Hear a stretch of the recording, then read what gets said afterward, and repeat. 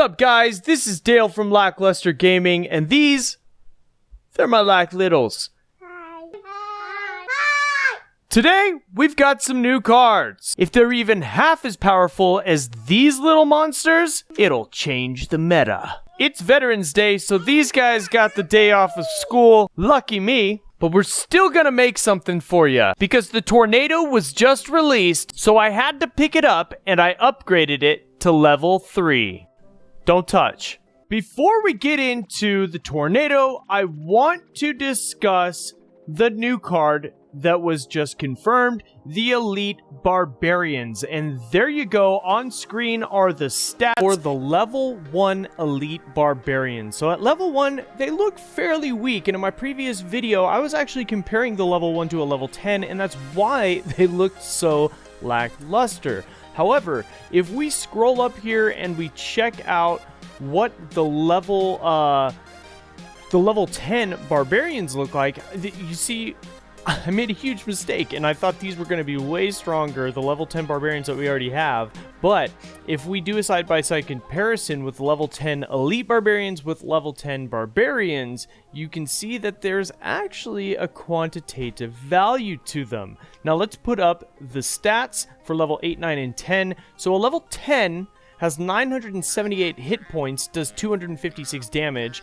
and 170 damage per second. So a substantial increase over the Barbarians. Now there's only 2, so targeting will be different, but they should be easy to level up to 10. We also showed the Tornado, and right now I'm just checking on a couple of these to see if the Tornado will actually kill some of these troops, because it lasts for 3 seconds and does 53 damage per second. So we're at 159 damage. That's at level 3. Add 10% for level 4, and you'll only be up in the 160s. So we'll just upgrade those guards real quick, because why not? But basically, the Tornado's not going to kill most troops at tournament standard, but it will kill most of the smaller troops like goblins, skeletons, and maybe even underleveled minions. Now, let's check out some tips and tricks that we found while just playing around with the new card.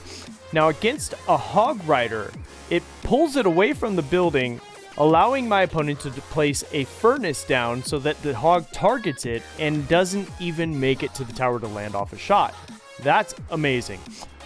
But if the hog makes it to the tower, the Tornado will pull the hog away from the tower, preventing it from landing a couple of shots, but then he makes it right back to it. So you have to place it perfectly in order for that trick to work right. In my original posting of this video, I said that the troops have quantitative weights assigned to them, but that is not true. So the Tornado moves all units exactly the same. The only thing that makes a difference when using the Tornado against a troop is whether or not the troop is actually moving. That's it. That's the only thing that matters. Now, against a Sparky, really great defense, kind of pulls it away, allows me to place a couple extra troops so that I can take it out. And against the giant skeleton, trying to pull it away before the bomb dropped. Now, in testing, we'll show you in a second, it is possible to pull it far enough away so that the bomb does not hit the tower. And against the giant skeleton, again, it will pull it. It's better to get it when it's not moving, like if it's in its attack cycle, it'll move a little bit further than if it's walking towards a tower. But it allows you to gain some time to place down some other troops and distract it and prevent it from reaching your tower. Now, if it is at your tower, right around 25% health seems to be the golden spot to place the Tornado, drops the bomb, does no damage. You have to place it perfectly, and I mean perfectly. If you place it just a little bit too early, it can work against you. And the fact that its effect is lost, and the giant skeleton can make it to the tower, dropping the bomb and damaging your tower. Against a princess, it by itself, at tournament standards, will not kill even a level 1 princess. It doesn't do enough damage. So, if you're trying to take out a princess with your Tornado spell, it's the only card that you have available, you have to place it to pull her in to the range of your arena tower so that it can take her out. This is also a great strategy to use against your enemy's other defensive troops, such as the Mega Minion and the Miner on screen, and it pulls them into range so that they get killed while taking out yours. Now, using it against a big tank like the Giant is great because you can pull it away, separating it and preventing it from getting to your tower, allowing you to take out one unit at a time and make sure they don't take your tower. Now, there you see, they use the tornado to clump up all my units so that the dragon can use its splash damage and take out all of my troops. But this card, Tornado and Freeze, are the only two cards that can actually work against you. As you can see, it pulled all those troops to my tower and actually allowed the Giant to get there much faster.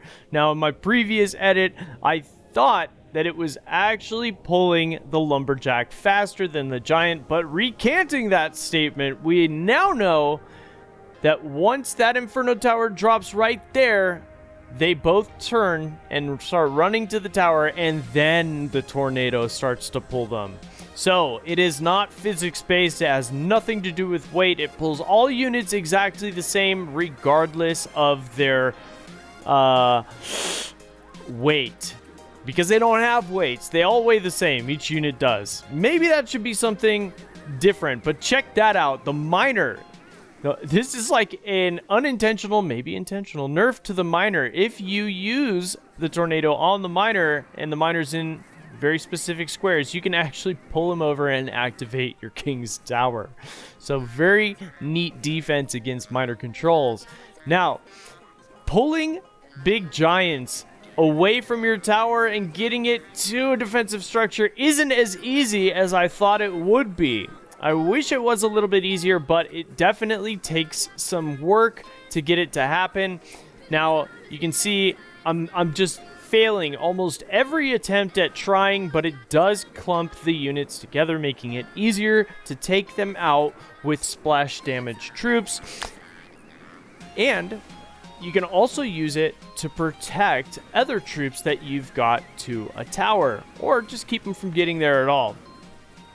So, there you go again, clumping troops together just to make sure that we get splash damage on them with some of those fire spirits and the ice spirit.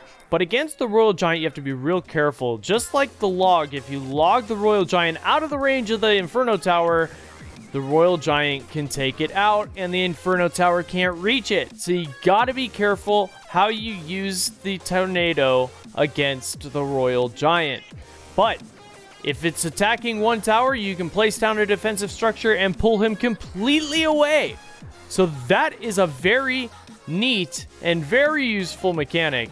Now, in this one, if the Royal Giant were to actually have taken out the Inferno Tower, it would have been nice because he would have continued down the wrong path. So there you guys have it. That's about all I got for you today. It's extremely difficult to create content with kids at home, but most people don't make it this far into the video, as far as what Google Analytics tells me anyway. So, if you did, give me a hashtag TrueFan down below. You know what that'll get ya, if you've been following anyway. And remember, the contest is live, so go ahead and click on that description down in the comment section for the $10 gift card. And thank you so much for joining us. It's always a pleasure to see you guys. And a big shout out to Wolverine, Tricky Thunder, and all the other clanmates from LackLuster YT community that helped make this video possible. If you have any clips you want to share, be sure to contact me. And we'll see you tomorrow. You see this dot right there? The black circle? That's where you want to look. You want to look at that. Okay? Don't touch.